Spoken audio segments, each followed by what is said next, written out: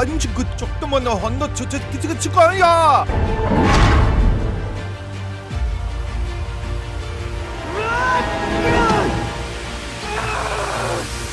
한민이가도 건드 시도 바톤도사. 쇼카이 씨바이 돈도 애셔. 중간대로 두둠드가 하이그 헌순 좋아. 건너간 거 찍고 팍 죽수 없는 가시기.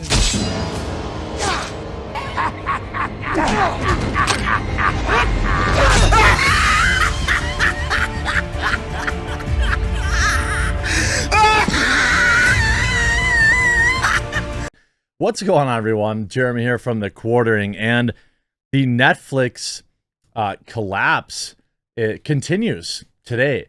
The stock down nearly another 5%, losing $8.59. Currently, it was as low as $212. It was down almost, let's say, $15 again today, and it'll probably finish down. And their plan is not going over well. Their big plan to fix all of this is to not allow people to share their Netflix password. They think this is going to just fix everything. Well, people are pissed about it, and they're not exactly looking at more ways to pay Netflix more money. I mean, if you look at their price increases just this year, they've had multiple price increases. Let's see, Netflix price of $22, how much you pay and what you get.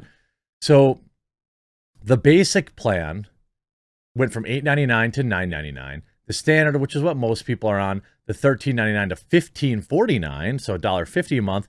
And the premium went up $2 a month. And there's been multiple price increases. If we go back, okay, April 13, 2013, let's not worry about 10 years ago. But I mean, they've had... it's gone from 2014. It's gone from $7.99, or I'm sorry, the standard is $8.99. It's gone all the way up to $15.49 a month. The premium's gone from $11.99 to $20 a month, and I think most people would agree that the value itself isn't any better.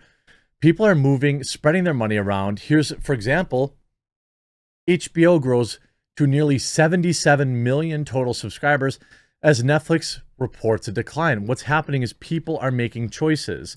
Which network has more original content?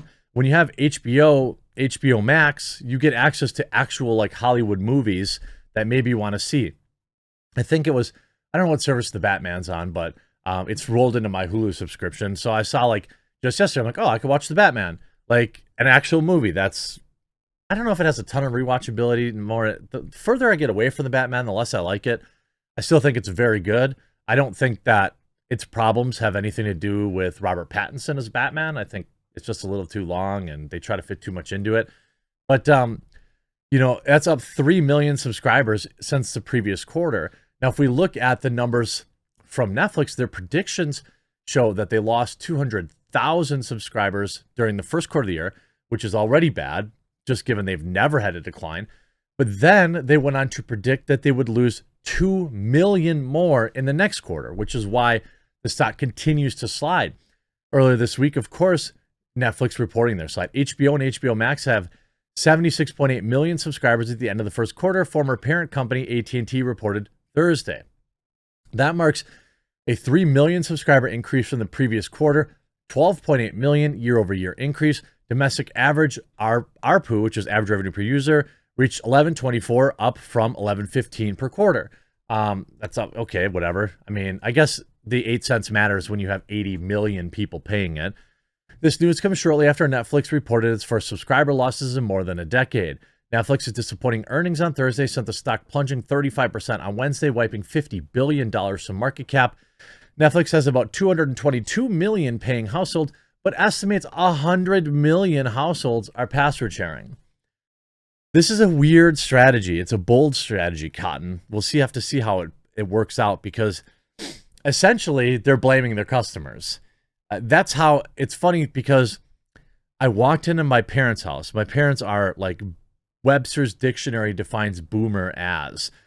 They, I set up their Netflix and their Hulu and stuff like that, and they may or may not be using my account. It's more because they can't even figure out how to set it up. But the first words out of their mouth to me were, "Oh, did you see what was going on with Netflix? They're going to shut off the password sharing." And I basically said, well, if they do that, I'm not paying more. Like, you can sign up yourself, or, I'm leaving. Hulu's already outrageously expensive. I have Hulu, like live TV. I still get commercials on regular television shows, and it's like almost $100 a month now. It's absurd. And this summer, I'm just going to take a 5-month break from it. And I bet you I'll just be totally fine. I can still buy movies on demand or whatever if I want, series on demand.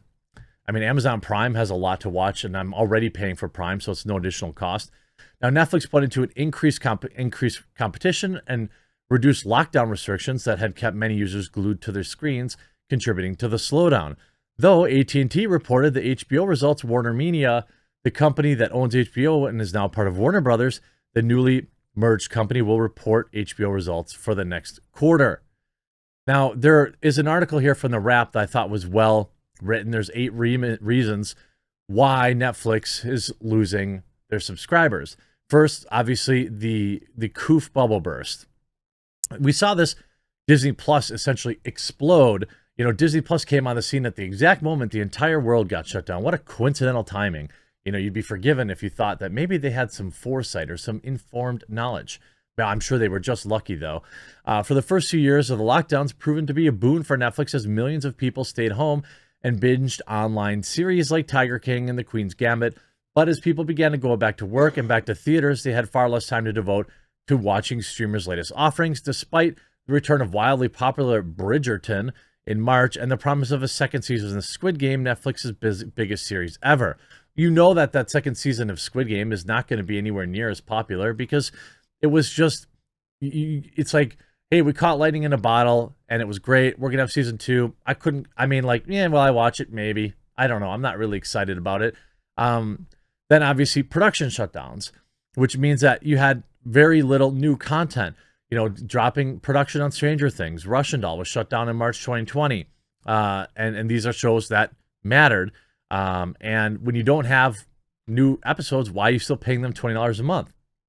Now, the January price hike as well, following Netflix's rate hike on all the subscriber tiers in January, with basic plans going for $10 a month, top tier up to $20. The streaming giant saw a gigantic jump in cancellations. Antenna data shows that 3.6 million people canceled Netflix service in Q1 of 2022, a full 1 million more than both Q1 and Q4 in 2021. Churn increased by a full point month over month in January, according to Antenna. By the end of March, Netflix's active monthly churn rate was 3.3%, slightly less than September, caused by the controversy over the film Cuties. Isn't that interesting? They actually admit it, that it did hurt them. And according to SimilarWeb's Insight report that Netflix web traffic data, cancellations outpaced signups in Q1 2022. Global signups declined 16% in the first quarter, while cancellations were up 61% in March. Netflix's percentage of new users is down from 2 years ago, and it has the lowest percentage of new average unique visitors among its competitors. Well, they don't have anything interesting to say. If you want like generic woke content about a man having a baby, you can watch it on Netflix. But like, what else is there to watch? And to be quite honest, the few things that are good on that channel, like Black Mirror, is that one? And then I was watching, what's the one with where they're going through time, and it's like a German series, Dark, I think it's called. That's pretty good. I could just buy them in one-off or whatever if I want. Competition is getting tougher and tougher. They're losing content to Disney Plus, and that darn password sharing.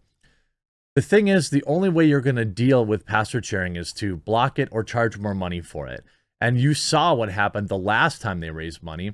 They had millions of customers quit the service.